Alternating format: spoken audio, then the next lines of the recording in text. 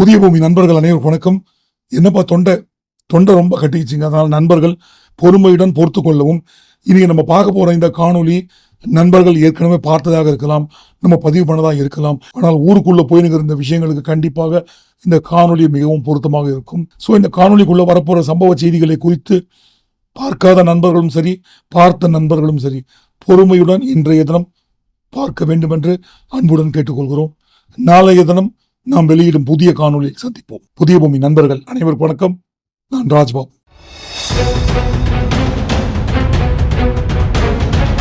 First ஆரம்பத்திலேயே இந்த டயலாகோட ஆரம்பிச்சிருவோம். இன்னும் என்ன நீ பைத்தியக்காரனாவே நினைச்சிட்டு இருக்கிறல? யார் அந்த மாதிரி நினைச்சுக்கிறாங்க, யார் அந்த மாதிரி நினைச்சுக்கிறாங்க, யார் அந்த மாதிரி நினைச்சுக்கிறாங்கன்றதான் பாருங்க இந்த காணொலிக்குள்ள பார்க்க போறோம். அதற்கு முன்பாக நண்பர்கள் யார் யார் சப்ஸ்கிரைப் பண்ணாம இருக்கீங்களோ சப்ஸ்கிரைப் செய்து புதிய பூமிக்கு ஆதரவு தருமாறு கேட்டுக்கொண்டு இந்த காணொலிக்குள்ள போயிடுவோம்.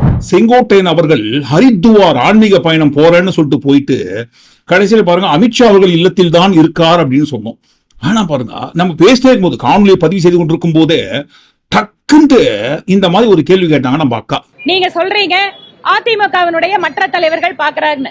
பார்த்ததுக்கு ஏதாவது உங்ககிட்ட ஆதாரம் இருக்கா? பிரேக்கிங் நியூஸா போடுறீங்க. அவரு பார்த்தாரு, இவரு பார்த்தாரு, அங்க பார்த்தாரு.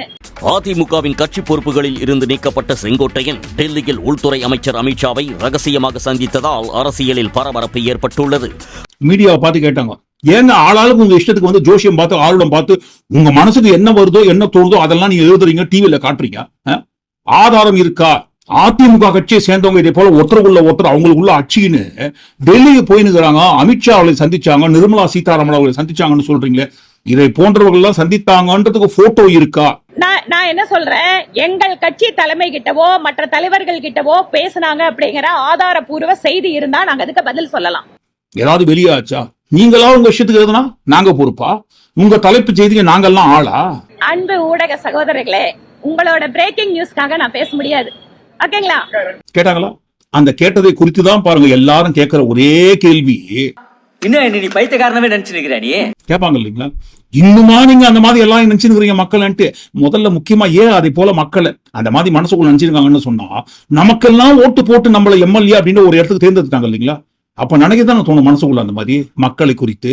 ஒரு பக்கம் மெயின் ஸ்ட்ரீம் மீடியா, இன்னொரு பக்கம் சோசியல் மீடியா. அவங்கவுங்க இஷ்டத்துக்கு மனசுக்கும் வாய்க்கும் என்ன வருதோ அது எல்லாத்தையும் இஷ்டத்துக்கு நீங்களா எழுதுனா அதுக்கு எங்க கட்சி தலைமையிடம் பொறுப்பா? யாருங்க சொன்னது அதிமுக கட்சியை சேர்ந்தவங்க டெல்லியில போயிட்டு அமித்ஷா அவங்களை சந்தித்தார் என்று ஆதாரம் இருக்கான்னு கேட்டாங்க இல்லைங்களா. எதுக்குங்க ஆதாரம்லாம் தோண்டி எடுத்துன்னு வந்து சிபிஐ FBI எல்லாம் கூப்பிட்டு பஞ்சாயத்துக்கு இருக்கணும்? யாரை போய் பார்க்க யார் போனாங்களோ அவங்களே சொல்லிட்டாங்களே.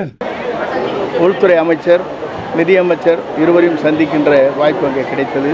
இன்றைய அரசியல் சூழ்நிலை பற்றி கருத்துக்கள் அங்கே பரிமாறப்பட்டன. எல்லோரும் ஒன்றிணை வேண்டும் என்ற நோக்கத்தோடு, இயக்கம் வலிமை பெற வேண்டும் என்ற நோக்கத்தோடு கருத்துக்களை நாங்கள் அவரிடத்திலே எடுத்து சொன்னோம். சொன்னார்களா? அமித்ஷா அவர்களை சந்திப்பதற்காகத்தான் நான் டெல்லிக்கு போனேன்ட்டு. ஆன்மீக பயணம் போறேன்னு சொல்லிட்டு போனீங்களேங்க. நம்ம தான் ஏற்கனவே சொன்னோம் இல்லைங்களா, இந்த கட்சியோட தலைமையிடம் டெல்லியில எங்க இருக்குதோ, யார் இருக்காங்களோ அதுதான் பாருங்க இவர்களை பொறுத்த வரைக்கும் வழிகாட்டும் ஆன்மீக ஸ்தலம். அதுதான் பாருங்க ஹரித்துவார்னு சொல்லிட்டு போனாரோ என்னன்னு தெரியல. டெல்லியில இருக்கிற அமித்ஷா அவர்கள் ஆபீஸ போய் சந்திச்சேன்னாரு. அதுவும் சந்திச்சேன்னு சொன்ன அந்த இடத்துல போற போக்குல சும்மா போயிருந்தாங்க. போற வழியில் தான் நம்ம அமித்ஷா குட்டி வீடு இருக்குது. சும்மா பார்த்து பேசிட்டு எதேச்சியா போலான்ட்டு போனேன்னு சொல்லல அவரு. நேற்றைய தினம் நான் பயணம் செய்கிற போது ஹரித்துவாரம் செல்கிறேன் என்று கூடத்திலே கூறிவிட்டு சென்றேன். நான் டெல்லி சென்ற உடனேயே எனக்கு உள்துறை அமைச்சரை சந்திக்கின்ற ஒரு அனுமதி கொடுக்கப்பட்டது. ப்ரீ பிளான் பண்ணி பக்காவா முன்கூட்டியே இந்த நேரத்தில் சந்திப்பதற்குண்டான அப்பாயின்மெண்ட்டை வாங்கின்னு போயிருக்காரு. யாருங்க யார போய் சந்திச்சதுங்க? உங்ககிட்ட போட்டோ இருக்குதா, ஆதாரம் வெளியாச்சா, அந்த மாதிரி ஏதாவது இருக்குதா அப்படின்னு கேட்டாங்க இல்லைங்களா. இப்போ எதற்காக அமித்ஷா அவர்கள்கிட்ட அப்பாயின்மெண்ட் வாங்கிட்டே போய் சந்திக்க போனாருங்க? அவங்க கட்சிக்குள்ள நடக்கிற உட்கட்சி விவகாரம், ஒருத்தர் ஏதோ பிரச்சனை சொல்லி மனஸ்தாபத்தில் அடிச்சுக்கிறாங்க. அவங்க அட்சியும் உண்டு, நான் அவங்களுக்குள்ள பஞ்சாயத்தை பேசி தீர்த்துக்கிறத விட்டுட்டு எங்க கிட்ட ஏன்பா வரீங்க அப்படின்னு துரத்தி விட வேண்டியதானே. ஏன்பா உங்க கட்சி பிரச்சனை உங்க கட்சியோட நின்னுக்காங்க, எதுக்குப்பா தேவையில்லாம எங்களை வம்பு சண்டைக்கு இருக்கிறீங்கன்னு சொல்லிட்டு எதற்காக அமித்ஷா அவர்கள் செங்கோட்டையின் சந்திப்பை மறுப்பதை விட்டு அப்பாயின்மெண்ட் கொடுத்து சந்திச்சு பஞ்சாயத்து பண்ணது. சரி, அவங்க உட்கட்சி விவகாரத்தில் தலையிட மாட்டேன்னு சொல்லி இவர் தான் பாருங்க பஞ்சாயத்து பண்றாருன்னு பார்த்தா, அந்த பஞ்சாயத்து கூட பாருங்க ஒரே இடத்துல நடக்கலீங்களா. 50% பஞ்சாயத்து தான் பாருங்க அமித்ஷா அவர்கள் ஆபீஸில் நடக்குது. மீதி 50% இருக்கிற பஞ்சாயத்து நிர்மலா சீதாராமன் அவர்கள் அலுவலகத்தில் நடக்கிறது. உள்துறை அமைச்சர் நிதியமைச்சர் இருவரையும் சந்திக்கின்ற வாய்ப்பு அங்கே கிடைத்தது. அதிமுக கட்சிக்குள்ள ஒருத்தர் மாத்தி ஒருத்தர் சண்டை போட்டுன்னு டெல்லிக்கு அவங்க போனாங்கன்னா எங்க போறாங்களோ யாருக்கு அங்க தெரியும்? எங்க கட்சி தலைவர்களை சந்தித்தார்கள் என்பதற்கு புகைப்படம் இருக்கா அப்படின்னு கேட்டாங்க இல்லைங்களா? ஒருத்தர் இல்லைங்க, 2 பேர் சந்திச்சிருக்காங்க. அப்ப இந்த இடத்துல கேட்பாங்க இல்லைங்களா? இன்னும் என்ன நீ பைத்தியக்காரனவே நினைச்சு நிக்கிற நீ? கேட்கதான் செய்வாங்க. மீடியா உங்க இஷ்டத்துக்கு எழுதிட்டு உங்க தலைப்பு செய்திக்கு நாங்கெல்லாம் ஆளான்ட்டு அந்த பிரஸ் மீட்ல பேசி முடிச்சுட்டு அந்த சீட்ல இருந்து எந்திரிக்கிறதுக்குள்ளவே பாருங்க பிளாஷ் ஆகுது. நான் அமித்ஷா அவர்களை சந்தித்தேன், நிர்மலா சீதாராமன் அவர்களை சந்தித்தேன், கட்சி ஒன்றுபட ஒற்றுமையாக இருக்க அவர்களுக்குள்ள பேசி டிஸ்கஸ் பண்ணிட்டு. செங்கோட்டையன் மட்டும் இல்லாம அவருடைய ஆதரவாளர்களும் தாவைக்காவில இணைந்திருக்கிறார்கள். அவர்களுக்கும் பொறுப்பு வழங்கப்படுமா? குறிப்பா முன்னாள் MP சத்யபாமா அவர்களும் தாவைக்கால இணைந்திருக்கார். இந்த இடத்துல என்ன சொன்னாதுங்க, நானாவது பெரியவங்க காலில் உண்டு ஆசீர்வாதம் வாங்கினையா?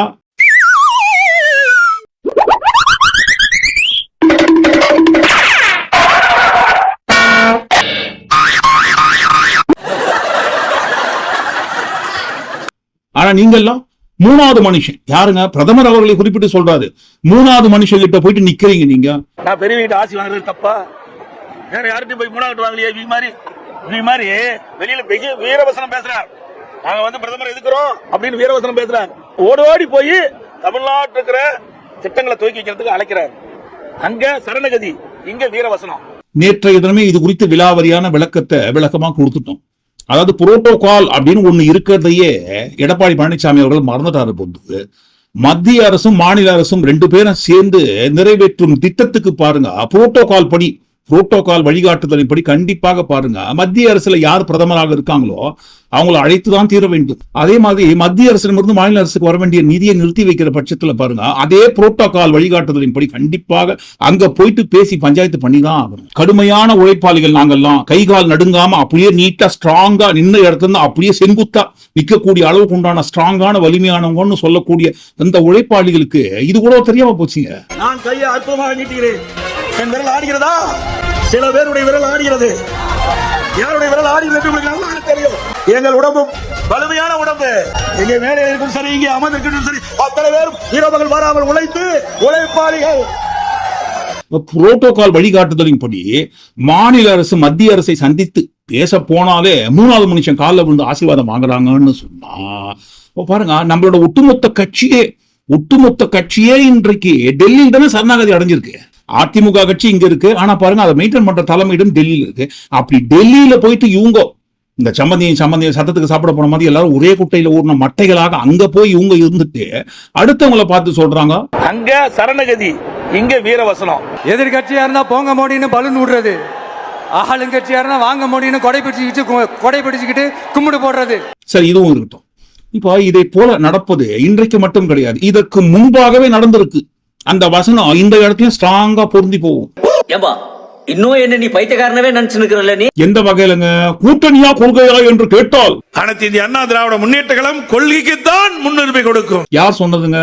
மீடியாவா சொன்னாங்க? மீடியாவா பொருளை கிளப்பினாங்க? இல்லீங்களே, எதிர்கட்சி தலைவர் தான் சொன்னாரு. அன்றைக்கு சூழ்நிலை காரணமாக நாங்க தெரியாதனமா கூட்டணி வச்சினோம். இன்றைக்கு பாருங்க, சூழ்நிலை வேற மாதிரி மாறி வெளியே வந்து கொள்கைக்கு முக்கியத்துவம் கொடுக்கிறோம்னு சொன்னதும் இவங்க தான். அப்படி எல்லாம் கிடையாதுங்க, இவங்க கிட்ட எந்த கொள்கையும் கிடையாதுங்க. ஒட்டுமொத்தமாகவே டெல்லியில இவங்க கட்சியோட தலைமையிடத்தை மெயின்டைன் பண்றதுதான் முக்கியமான கொள்கையா பைலாவா இப்போதைக்கு அதிமுக கட்சியில இருக்கு. இவங்க 2 பேருக்குள்ள கூட்டணி உடையவேல டிராமா பண்றாங்க. இந்த கள்ள கூட்டணி தொடர்ந்து கொண்டுதான் இருக்கிறதுன்ட்டு முதல்வர் அவர்கள் சொன்னாரு. அப்ப என்ன சொன்னாங்க? சும்மா அவர்தான் போற போக்குல போய் சொல்லுவாருங்க, மக்களை ஏமாத்தி ஓட்டு வாங்கறதுக்காக. நேற்று நான் சொன்ன பேட்டி பாத்தீங்களா இல்லையா? அப்போ மீண்டும் அந்த கேள்வி கேட்ட என்ன அர்த்தம்? வேண்டுமென்றே திட்டமிட்டு இதை லைவ்லயே வச்சிருக்கோம் நீங்க நினைக்கிறீங்க. நான் தெளிவுபடுத்தி விட்டோம். ஏற்கனவே நாடாளுமன்றத்திலையும் தெளிவுபடுத்தி விட்டோம். அடுத்து வருகின்ற சட்டமன்ற தேர்தலையும் பாரதிய ஜனதா கட்சியோட கூட்டணியிலிருந்து தெளிவுபடுத்திட்டோம். அதை தவிர்த்து தான் நாங்க பேசிட்டு இருக்கிறோம். மீண்டும் இந்த கேள்வியின் மேல் எழுப்ப வேண்டாம். சொன்னாருங்களா? நான் திருப்பி சொல்றேன், முதல்வர் பொய் சொல்றாருங்க மக்களை ஏமாத்தி ஓட்டு வாங்கறதுக்காக. நம்பாதீங்க மக்களே. திருப்பி ஒரு பொய் சொன்னாலும் நீங்க திருப்பி நம்பாதீங்க. திருப்பி மறுபடியும் எங்களுக்கே ஏமாந்து ஓட்டு போடுங்க. நாங்க அவங்க கூட கூட்டணியில கிடையாதுங்க, நம்புங்க. 2024 மட்டும் கிடையாது, வருகின்ற சட்டமன்ற தேர்தல் 2026 கூட கூட்டணி கிடையாது. நீங்களா ஏதாவது உங்க இஷ்டத்துக்கு ஏதாவது பேசனீங்கன்னா அது நான் பொறுப்பான்ட்டு இன்றைக்கு வானதி சீனிவாசன் அக்கா அவர்கள் கேட்பதை போலத்தான் பாருங்க. அன்றைக்கு எதிர்கட்சி தலைவர் எடப்பாடி பழனிசாமி அவர்கள் கேட்டாரு, பழைய தூக்கி மீடியா மேலேயும் முதல்வர் மேலேயும் போட்டாரு. சார், என்டிஏ கூட்டணி விட்டு நீங்கள் விலகுவதற்கு காரணமாக நீங்க சொல்வது என்னங்க?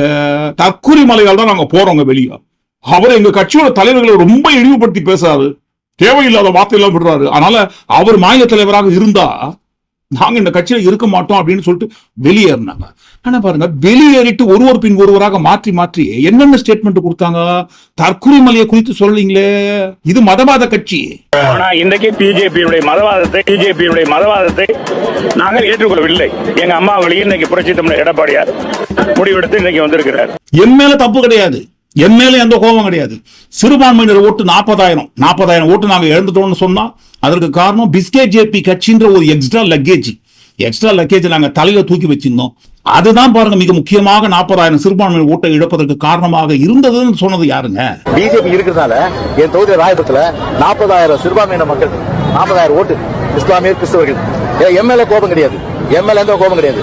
அப்பவே எங்கிட்ட சொன்னாங்க, என்ன சொன்னாங்க, சார் பிஜேபி கழட்டி விட்டு வந்து. நான் சொன்னேன், வேஸ்ட் லக்கேஜ் தான், வேற என்ன பண்றது, சமயம் வரும்போது கழட்டி விட்டு நீங்க கவலைப்படாதீங்க. அதே மாதிரி நேரம் வந்து கழட்டி விட்டாச்சு. முடிசூடாம மன்னனாக இருந்த நான் இன்றைக்கு என் தலையில் இருந்த முடி இறங்கியதற்கு காரணம் தான் தலையில சுற்ற மணிமுடியை சொல்றாருங்க அவரே. அந்த மணிமுடி இறங்கியதற்கு காரணம் யாருன்னா பிஸ்கேஜேபி கட்சின்ட்டு சொன்னது யாருங்க?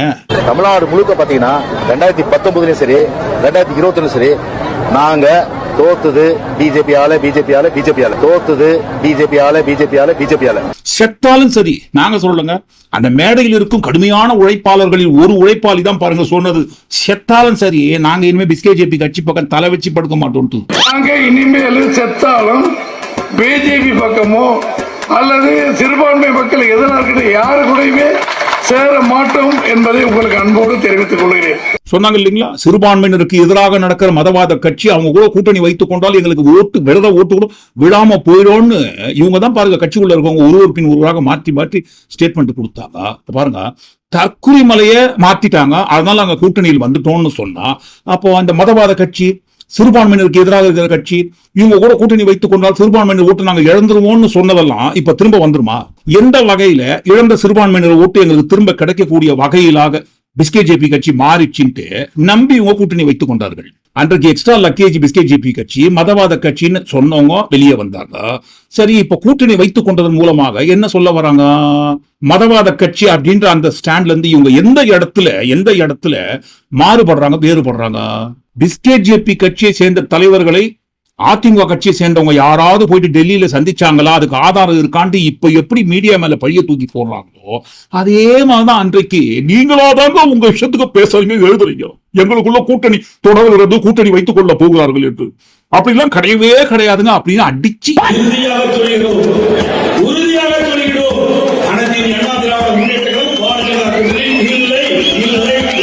இன்றைக்கு வானதி சீனிவாசன் அக்கா அவர்கள் எப்படி சொன்னாங்களோ அதே மாதிரி அவர் சொல்லியிருந்தாரு. அவ்வளவையும் பேசிட்டு இன்றைக்கு ஒட்டுமொத்தமாகவே டெல்லியில எடுத்துட்டு போயிட்டு ஆட்சியை வச்சு கட்சி ஹெட் ஆபீஸை வச்சு மெயின்டைன் பண்றது யாருங்க? இரவுகள் வராமல் உழைப்பாளிகள்.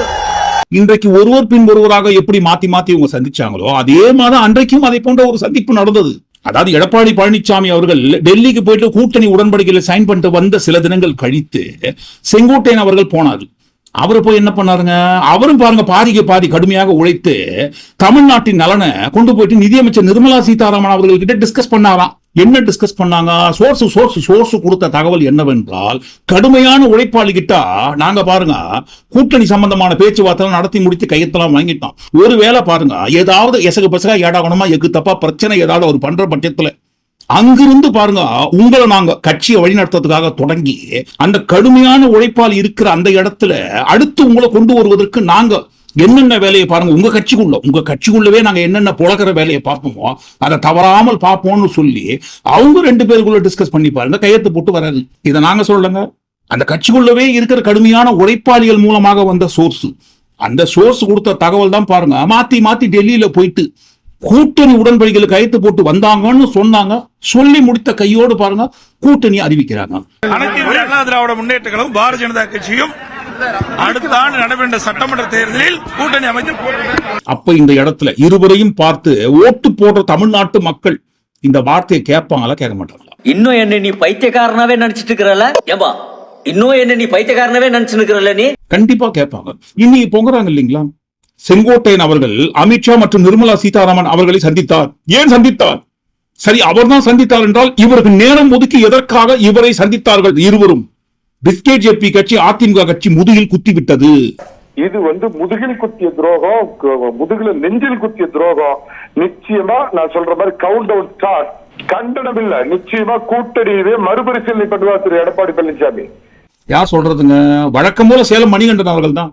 செங்கோட்டையன் அவர்கள் டெல்லிக்கு போயிட்டு இதை போல ஆன்மீக பயணம் போற சொல்லிட்டு இவர்கள் இருவரையும் சந்தித்து விட்டு வந்த பிறகு அவரு சொன்னது பிஸ்கேஜேபி கட்சி அதிமுக கட்சியோட முதுகில் குத்தி விட்டது என்று. இது முதுகில் குத்திய துரோகம், முதுகில நெஞ்சில் குத்திய துரோகம். நிச்சயமா நான் சொல்ற மாதிரி கவுண்ட் டவுன் ஸ்டார்ட். இப்ப இந்த மாதிரி சொல்றது அதிமுக கட்சியோட முதுகில் பிஸ்கேஜேபி கட்சி குத்தி விட்டதுன்னு பிஸ்கேஜேபி கட்சியோட தலைமையிடத்துக்கு தெரிஞ்சதுன்னா அவங்க என்ன நினைப்பாங்க? ஏயா நாங்க எப்பயா முன்னாடி குத்தணும்? எப்பவுமே நாங்க பாருங்க வாங்க வாங்க வாங்க வாங்கன்னு முன்னாடி உட்கார வச்சு எப்பவுமே முதுகில் குத்துற பழக்கம் தானே எல்லாருக்குமே தெரியுமே. இது தெரிந்து கொண்டுதானே எங்களோட மறுபடியும் கூட்டணியில் இணைந்தீர்கள். இப்ப என்ன புதுசா இந்த மாதிரி சொல்றீங்க அப்படின்னு கேட்பதற்கும் வாய்ப்பு இருக்குது. சரி, அந்த வாய்ப்பு கூட இருக்கட்டும். இப்போ சேலம் மணிகண்டன் அவர்களை போன்றவர்கள் ஏன் இதெல்லாம் பேசணும்? அதிகாரப்பூர்வமான உழைப்பால் இருக்கார் இல்லைங்களா, அவர் சொல்ல வேண்டியதுன்னு என்னையா இது? அதிகாரப்பூர்வமான அதிமுக இப்போதைக்கு எங்ககிட்ட தான் இருக்குன்னு தெரியும். கூட்டணி ஒப்பந்தத்தில் நான் தானே கையெழுத்திட்டேன். ஆனால் திடீரென்று செங்கோட்டையன் அழைத்து பேச வேண்டிய காரணம் என்ன? மிச்சம் மீதி இருக்கிற கட்சியும் 4-5 உடைக்கிறதுக்கு நீங்க பிளான் பண்ணிட்டீங்களா அப்படின்ட்டு டைரக்டா உழைப்பாளியை கேட்க வேண்டியதுன்னு. சரி, கேட்கறாருன்னு வச்சுப்போமே, டைரக்டா போன் பண்ணி கேட்கறாருன்னா என்ன சொல்லியிருப்பாங்க? என்னங்க இது? நான் பாருங்க அவர்கிட்ட உட்கட்சி விவகாரம் நாங்க தலையிட மாட்டோம்னு சொன்னோம். அவர் தான் பாருங்க ரொம்ப தொல்லை பண்ணி அப்பாயின்மெண்ட் கேட்டாரு. ஏதோ சிதம்பரம் ரகசியத்தை சொல்ல போறதா சொல்லி. சரி, சிதம்பரம் ரகசியம் கேட்டு ரொம்ப நாள் ஆச்சே, என்னதான் சொல்ல போறாருன்னு கேட்டா வழக்கம் போல நீங்க அச்சியந்த என்கிட்ட சொல்லுங்க. சரி, நான் என்னன்னு பார்த்து பேசணும்ப்பா அப்படின்னு சொல்லி சமாதானப்படுத்தி அமைச்சு வச்சேன்ப்பா. நீங்க சொல்றதை பார்த்தா நாங்க தான் ஒட்டுமொத்தமாகவே திமுக கட்சி இப்போதைக்கு ஜெயிக்கிறதுக்கு அதிகப்படியான வாய்ப்பு இருக்கு 2026. அவங்க பாருங்க, பூனை கிடையாது, யானை. தரையிலிருந்து அவங்களை அடிக்க முடியாது, தலை மேல ஏறி தான் அடிக்கணும்னு நாங்க ஏதோ முன்கூட்டியே திட்டம் போட்டு பிளான் பண்ண மாதிரியும்.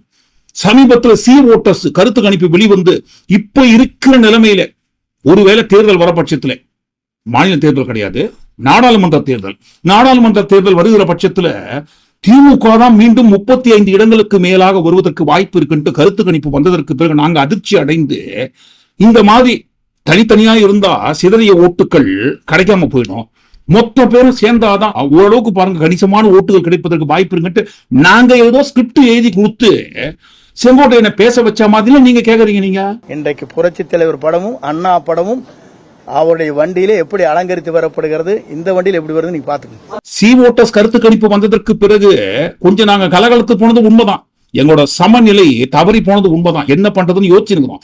அதுக்காக நாங்க ஒன்னும் ஸ்கிரிப்ட் எல்லாம் எழுதி கொடுக்கலங்க.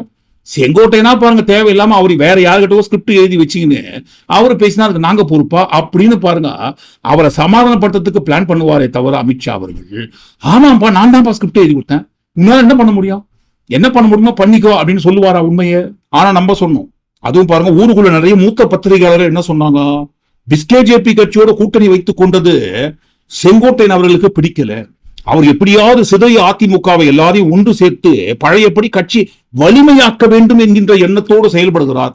பிஸ்கேஜேபி கட்சியோட கூட்டணி வைத்துக் கொண்டது கடுகளவும் செங்கோட்டையன் அவர்களுக்கு பிடிக்கவில்லை அப்படின்னு மூத்த பத்திரிகையாளர்கள் சொன்னாங்க. நம்ம என்ன சொன்னோம், முழுக்க மனம் திறக்கிறேன்னு சொன்ன அந்த பிரஸ் மீட் ஸ்கிரிப்ட் பாருங்க டெல்லியில இருந்து வந்திருக்கு. அவங்க என்ன எழுதி கொடுத்தாங்களோ அதுல ஒரு வார்த்தை கூட மாத்தாம அப்படியே படிக்கிறார்னு சொன்னோம். அதற்கு ஆதாரம் அவரே சொன்னாரு. இப்ப நம்ம கூட்டணி வைத்துக் கொள்கிறோம் பிஸ்கேஜேபி கட்சியோட, ஆனால் 2024 ஆண்டு ஒருவேளை வைத்திருந்தால் 30 சீட்டு கிடைத்திருக்க வாய்ப்பு இருக்கு. 2024 இன்றைக்கு நாம் நினைக்கிறோமே பாரதிய ஜனதா கட்சியோடு அன்றைக்கு கூட்டணி வைத்திருந்தால் 30 இடங்களை நாம் வெற்றி பெற்றிருக்க முடியும். பாரதிய ஜனதா கட்சியோடு அன்றைக்கு கூட்டணி வைத்திருந்தால் 30 இடங்களை நாம் வெற்றி பெற்றிருக்க முடியும். இதையெல்லாம் நாம் இடத்தை நினைவூட்டணும். பாத்துக்கோங்க, இவருக்குதான் பிஸ்கேஜேபி கட்சியோடு கூட்டணி வைத்துக் கொண்டது பொறுக்க முடியாம போயிடுச்சுங்களா? இதுக்கு கடுமையான உழைப்பாளி தேவலாம் போகுதுங்க அப்படின்ற ஒரு இடத்துக்கு தான் பழகி ஒரு வராது. அவரை காட்டிலும் அதிகப்படியாக பிஸ்கேஜேபி கட்சி தலையில் தூக்கி வைத்து கொண்டாடுவதற்கு அன்றைக்கு மனம் திறக்கிறார் பிரஸ் மீட் கொடுத்து அன்றைய தினமே வெளியிட்ட காணொலியில் சொல்லியிருந்தோம். உடச்சே சொன்னோம் பிஸ்கேஜேபி கட்சியோட ஸ்கிரிப்ட் தான் அவர் பேசான்னு சொல்லி. கடைசியில பாருங்க ஆமா சொல்லி நிரூபிச்சிட்டாரு. ஏன் இங்கே இணைந்தார்கள் என்ற ஒரு கேள்வி கூட கேட்கக்கூடும். இதற்கு காரணங்கள் இருக்கிறது. இன்று திமுக வேறல்ல, அண்ணா திமுக வேறு என்பதல்ல, உங்களுக்கு தெரியாது ஒன்றல்ல. இரண்டும் ஒன்றாக இணைந்துதான் பயணங்களை மேற்கொண்டு வருகிறார் என்பதை நாடறிந்து கொண்ட ஒன்றாக இருக்கிறது. ஒரு புனித ஆட்சி தமிழகத்தில் உருவாகுவதற்கு நம்முடைய வெற்றி கழகத்துடைய தலைவர் விஜய் அவர்கள் வெற்றி பெறுவார்கள். 1972ஆம் ஆண்டில் புரட்சி தலைவர் எம்ஜிஆர் அவர்களால் உருவாக்கப்பட்ட மாநில கட்சி, தமிழ்நாட்டில் இருக்கிற கட்சி, தமிழ்நாட்டில் இயங்கும் கட்சியோட ஹெட் ஆபீஸ் எதற்காக டெல்லியில் இயங்குகிறது? கூட்டணியா கொள்கை என்று கேட்டால் அன்றைக்கு நாங்க என்ன சொன்னோம்? அனைத்து இந்திய அண்ணா திராவிட முன்னேற்ற கழகம் கொள்கைக்குத்தான் முக்கியத்துவம் கொடுப்போம்னு சொன்னோம். ஆனா இன்றைக்கு கொள்கையாவது ஈர வெங்காயமாவது எங்களுக்கு கூட்டணி தாங்க முக்கியம். ஏங்க திமுகவை எப்படியா நாங்க ஜெயிக்கணும்? அடுத்த ஆண்டு நடைபெற்ற சட்டமன்ற பொதுத் தேர்தலில் திமுகவை ஆம்புலன்ஸ் மூலமாக அனுப்பி வைப்பீர்களா? சரி, திமுகவை எப்படியாவது ஜெயிக்கணும்ட்டு இந்த மாதிரி சமய சந்தர்ப்பத்துக்கு ஏத்த மாதிரி மாத்தி மாத்தி பேசிடும் இல்லைங்களா? மதவாத கட்சின்னு சொல்லிட்டு கட்சியில அங்கேயே போய் விழுறது உட்பட. அப்போ இந்த இடத்துல ஓட்டு போடுற மக்கள்னு ஒருத்தவங்க இருப்பாங்க இல்லைங்களா? அவங்களை என்ன நினைக்கிறீங்க நீங்க? இன்னும் என்ன நீ பைத்தியக்காரனவே நினைச்சிருக்கிறல்ல நீ? பிரிந்து போன அதிமுக அணிகள் எல்லாம் ஒன்று சேரணும் சொல்றாங்க இல்லைங்களா? ஒன்று சேருகிறார்களோ அல்லது தனித்தனியா இந்த மாதிரி தனித்தனி அணியாகவே இருக்கிறார்களோ? எடப்பாடி அதிமுக, சசிகலா அதிமுக, ஓபிஎஸ் அதிமுக, டிடிவி தினகரன் அதிமுக, இப்ப பாருங்க 5வதாக செங்கோட்டையன் அதிமுகன்னு சொல்லி மாறி மாறி வராங்க. இப்படி இருக்கிற ஒட்டுமொத்தமான அணிகள் ஒன்று சேரும் போது கட்சியை வலுப்படுத்துவதற்காக பண்றாங்களோ இல்லையோ தெரியாது. ஆனா பாருங்க, ஒரே ஒரு விஷயத்துல உறுதியா இருக்காங்க.